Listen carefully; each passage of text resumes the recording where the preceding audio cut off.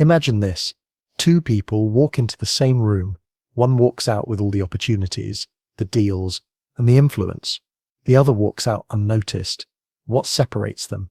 It's not luck, talent, or even money. It's something far more subtle, something Machiavelli whispered about centuries ago, and today I'm going to reveal it. Most people think success is about hard work or raw intelligence. Those matter, but they don't explain why some people with average skills seem to get ahead faster than the so-called geniuses. The truth is, there's a hidden trait, one that most people overlook, because it feels uncomfortable to admit we need it. Machiavelli understood it. Leaders, politicians, and power brokers have used it for centuries, and once you see it, you can't unsee it. If you stay with me until the end, you'll understand not only what this trait is, but how to use it responsibly, without turning into a manipulator or villain. When Machiavelli wrote The Prince in the 16th century, he wasn't just giving instructions to rulers on how to keep power, he was laying out a blueprint for human behavior that still applies today. One of his most striking observations was this: people judge more by appearances than by the truth. Think about that for a moment. He wasn't saying reality doesn't matter. He was saying that in the eyes of the world, the way something looks often carries more weight than what it actually is. A leader could be compassionate and fair behind closed doors, but if he appeared weak or indecisive in public, he would lose authority. On the other hand, a leader could be cruel in private, but if he projected confidence, strength, and charm, he would hold on to power.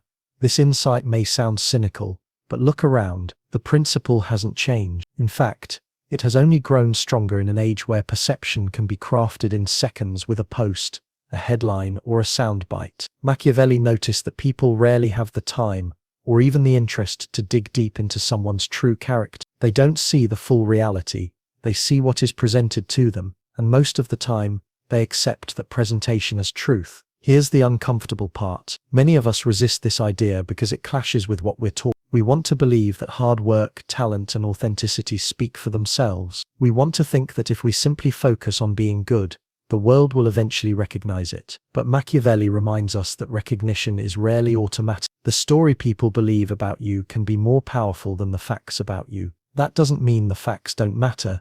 They do, but they only matter if others perceive them. Think about someone in your own life who always seems to be noticed, who always gets the invite, the promotion, or the attention. Often it's not because they're the most capable person in the room. It's because they've learned, consciously or unconsciously, to manage how they come across. They know how to present themselves in a way that communicates authority, likability, or trust. And once people form that impression, it colors everything else they see about them.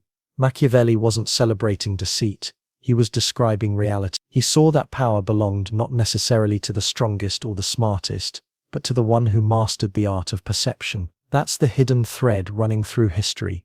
Leaders rise and fall, not only on their abilities, but on their ability to project an image that others believe. And this isn't limited to politics. It applies to business, relationships, careers, anywhere people are deciding who to follow, who to trust, and who to give opportunities to. This is the starting point of the hidden trait that gives you an unfair edge. It isn't about faking who you are. It's about understanding that perception is a force in itself, and those who ignore it are often left behind. So if perception often outweighs reality, the real question becomes, how do you take control of it before someone else controls it for you? The hidden trait that gives someone an unfair edge isn't about being ruthless or manipulative. It's about mastering strategic self-presentation. At its core, this means deliberately shaping how others see you, instead of leaving it up to chance. Too often, people work hard behind the scenes, pouring effort into their craft, but they assume that the results will speak loudly enough on their own. The reality is,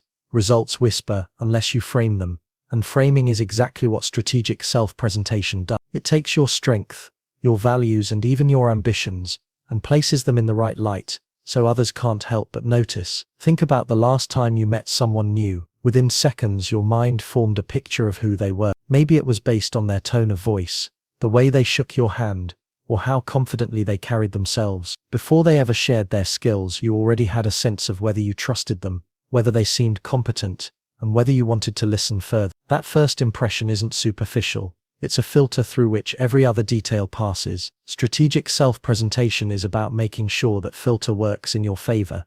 This doesn't mean putting on a mask or pretending to be someone you're not. In fact, the most effective self-presentation amplifies what's already authentic about you. It highlights your strength, minimizes your weaknesses, and sends signals about how you want to be perceived. If you're dependable, you show it not just by meeting deadlines, but by projecting reliability in the way you communicate and carry yourself. If you're innovative, you show it not only by having good ideas, but by presenting them in a way that feels bold and forward-thinking. The substance matters, but the packaging determines whether anyone pays attention to the substance at all.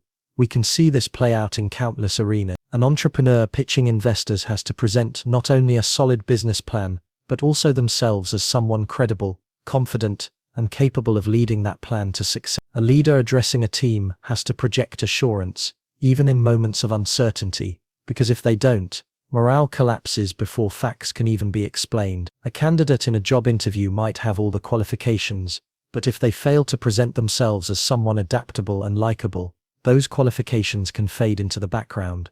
What Machiavelli hinted at is that people naturally construct stories around others. If you don't supply the story, they'll create their own, and it may not be one you like. Strategic self-presentation means stepping into that space with intention. It's about asking yourself, what impression do I want people to leave with, and what can I do to guide them there? Sometimes it's as simple as your posture in a meeting, the clarity in your emails, or the confidence in your voice. Other times it's how you share your successes, so they don't get buried under the noise. This is the hidden trait, knowing that perception is powerful, and then choosing to shape it rather than be shaped by it. Most of us grow up hearing the same advice repeated over and over. Keep your head down, work hard, stay humble, and eventually the right people will notice. It sounds noble, it sounds fair, and in a perfect world, maybe it would be true, but in the real world, this belief is the very reason so many capable, hard-working people are overlooked. They assume that excellence is obvious, they assume that effort is visible. But what Machiavelli understood, and what reality keeps proving, is that people rarely notice what isn't placed directly in front of them. Hard work without visibility can be invisible. The problem isn't that effort doesn't matter, the problem is that effort doesn't guarantee recognition. Think about it in a workplace. You might have someone who works late nights, double-checks every detail, and carries much of the unseen load for the team. At the same time, another person in the same office may be less skilled but knows how to speak up in meetings, frame their contributions, and remind others of the value they bring. Who is more likely to be remembered when promotions or opportunities come around? It's usually not the one in the shadows. This disconnect is why people miss the hidden trait. They believe merit alone is enough. They want the world to be a level playing field where the best rise naturally. But history shows us otherwise. Machiavelli pointed out that leaders aren't chosen because they are the most moral or the most hard-working. They rise because they master how they are perceived. In the same way, in everyday life, recognition doesn't automatically follow effort. It follows the story others believe about your effort. There's also a cultural piece to this. Many of us are taught from an early age that drawing attention to ourselves is arrogant, that talking about our achievements is bragging, that self-promotion is somehow dishonest. But the truth is, if you don't highlight your strength, you leave space for others to define you however they want, and often they'll define you as smaller than you actually are. Strategic self-presentation isn't arrogance, it's clarity. It's making sure people actually see what you're capable of, instead of assuming they'll figure it out on their own. Consider how this plays out in personal relationships. You might be the most loyal, supportive friend in someone's life, but if you never communicate your perspective or make your presence felt, you can easily be overshadowed by someone louder, someone less consistent but more visible. The same dynamic applies to business, politics, art, and even social media. Visibility is the amplifier. Without it, even the best qualities can get lost. This is why so many miss the trait that gives others an edge. They're waiting to be discovered instead of realizing they need to take part in shaping how they are discovered. They cling to the belief that recognition is automatic, when in reality, it's almost always orchestrated, and that is why simply working hard is never enough. We don't have to look back to Machiavelli's time to see how this hidden trait plays out. You can see it every day in modern life. Think about politicians. Very few of them are the smartest people in the room, and even fewer are the most ethical, but they understand something most people don't. Perception creates power.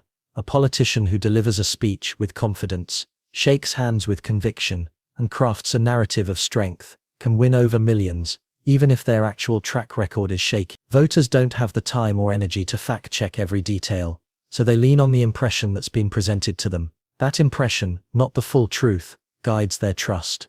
The same thing happens in business. A CEO who controls how the public sees them becomes more than just a manager. They become a symbol. Investors buy in, not just to numbers, but to confidence. Employees rally behind, not just the strategy, but the belief in the leader's competence. When Steve Jobs walked on stage in his black turtleneck, people weren't just buying Apple products. They were buying the perception of innovation, simplicity, and bold vision that he embodied. That was strategic self-presentation at the highest level. It didn't mean he wasn't brilliant. He was. But brilliance alone doesn't create movements. Perception does.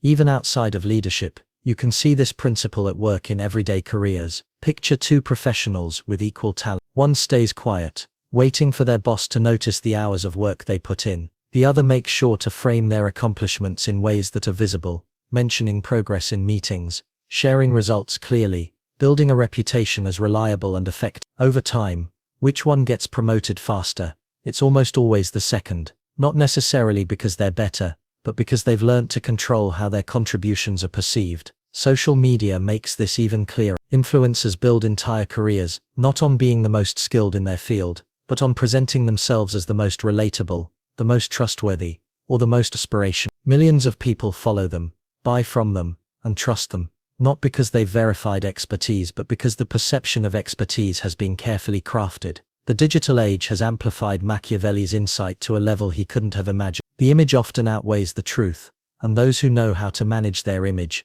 can open doors others don't even see. It's tempting to dismiss this as unfair, but it isn't about cheating the system, it's about understanding the system. The people who thrive today, whether they are leaders, entrepreneurs or creators, are those who recognize that perception is not accidental, it's designed, and if you aren't the one designing it, someone else will design it for you. That is why the ones who master perception seem to dominate every space they enter.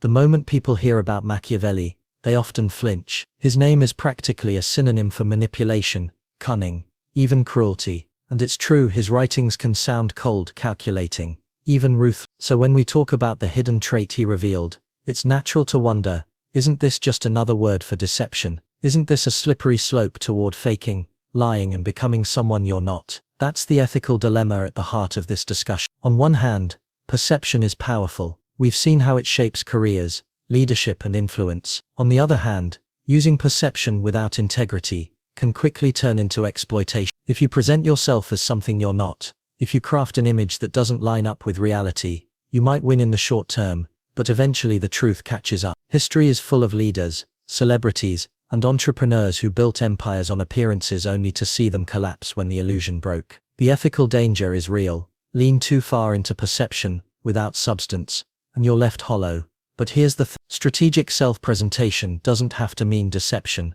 It can mean amplification. It's the difference between exaggerating your skills and actually making sure your real skills don't go unnoticed. It's not lying about who you are. It's choosing which parts of yourself to highlight, so people see your value clearly. Think of it like stage lighting. Without it, even the most talented performer gets lost in the shadows. With it, the same performance becomes unforgettable. The spotlight doesn't change the performer, it changes how the audience experiences them. There's also a responsibility that comes with this trait. If you learn how to shape perception, you have to ask yourself what you're shaping it for. Are you using it to gain power at someone else's expense? Or are you using it to make sure your ideas, your contributions, and your presence aren't overlooked? The same skill that can be used for manipulation can also be used for leadership, advocacy, and influence that helps others. A teacher who frames themselves as confident and inspiring can lift students' belief in themselves. A community leader who knows how to present strength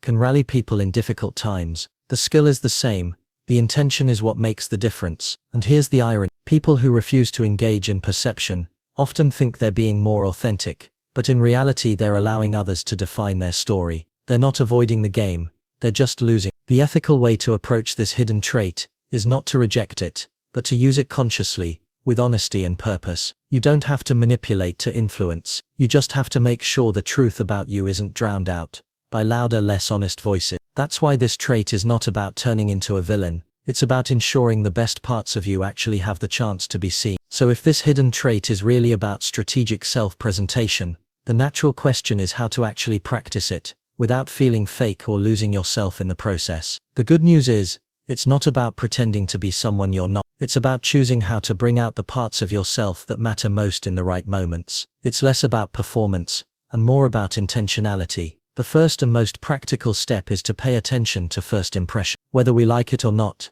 people make up their minds about us in seconds, and those first moments set the tone for everything that follows. It could be as simple as posture, tone of voice, or the energy you bring into a room. You don't have to be flashy, you just have to be clear. If you want to be seen as reliable, show up prepared. If you want to be seen as confident, speak with certainty, even when you're still figuring things out. The way you enter a situation often shapes the way people interpret everything else about you. Another piece of this is managing your reputation over time. That doesn't mean obsessing over what people think, but it does mean being deliberate about the story you leave behind. Ask yourself, if people described me in one sentence, what would they say? If the answer doesn't reflect what you want, then you have work to do. Reputation is built in small, consistent ways: how you handle stress, how you respond to setbacks, how you treat people when no one's watching. Strategic self-presentation is not just about moments. It's about patterns that become impossible to ignore.